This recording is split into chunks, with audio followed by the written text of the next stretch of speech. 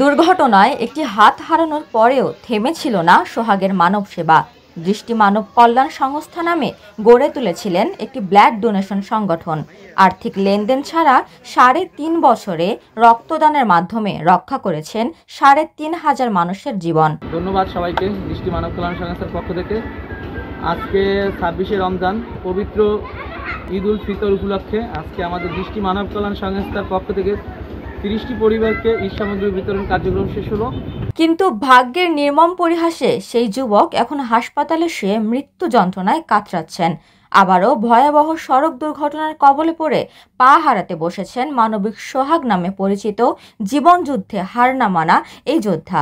ওরে আমরা চিনি একজন মানবিক সমাজসেবক হিসাবে, ডান হাতটা নাই ওর, তারপরও সে ২৪ ঘন্টায় কাজ করে, সেবা করে এবং অন্যান্য কাজ করে। তার উপরে এখন তার ডান পায়ের যে জায়গাটা ভেঙে গেছে সেই জায়গাটা এমনভাবে ভেঙেছে যেখানে ডাক্তার সাহেব বললেন একটা খরচের কথা, এর সাথে বেশিও লাগতে পারে। তারপরেও এখানে যোগাযোগ হয়েছে পাথরঘাটার ডাক্তার সগীর, তারপরে দীপক চন্দ্র এবং আরও ২ জনের সাথে কথা হয়েছে, তারাও এগিয়ে আসবে।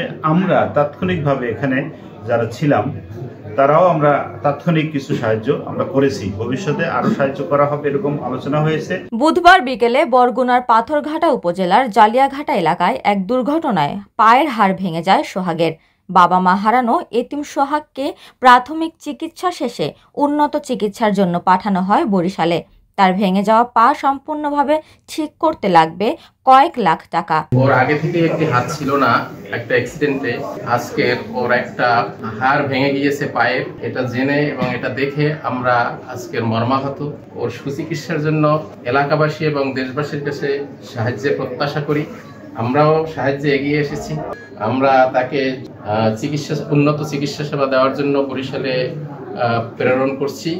এতে বোঝা যাচ্ছে যে আর অবস্থা কিছুটা গুরুতর, তারপরও আশা করি যে ও সেফ হবে ইনশাল্লাহ। এটা একটা ব্যয়বহুল, যদি এর অপারেশন লাগে আর মনে হচ্ছে যে অপারেশন লাগবে, সেক্ষেত্রে এই অপারেশনে ওর ৩ লক্ষ টাকার মতো খরচ হবে আমার ধারণা। সোহাগের এমন করুণ পরিস্থিতিতে ভেঙে পড়েছে পুরো এলাকাবাসী। দূর দূরান্ত থেকে তাকে একবার দেখার জন্য ছুটে আসছে সবাই। সাধ্যমতো যে যা পারছেন তাই দিয়ে সহযোগিতার হাত বাড়াচ্ছেন। গরিব মানুষ, অসহায়, তার কাছে কত মানুষ আসছে।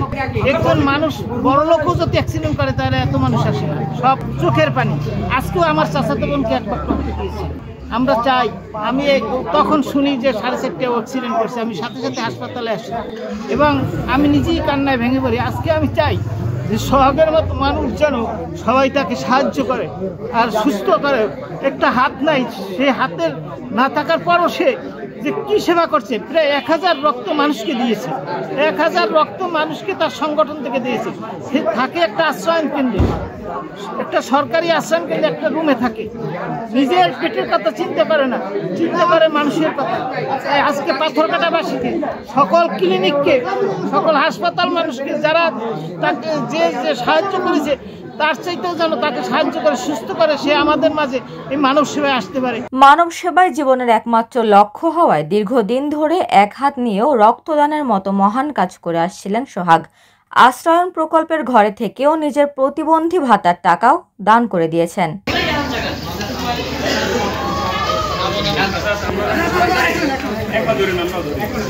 উপমা রায়, সোনালী নিউজ।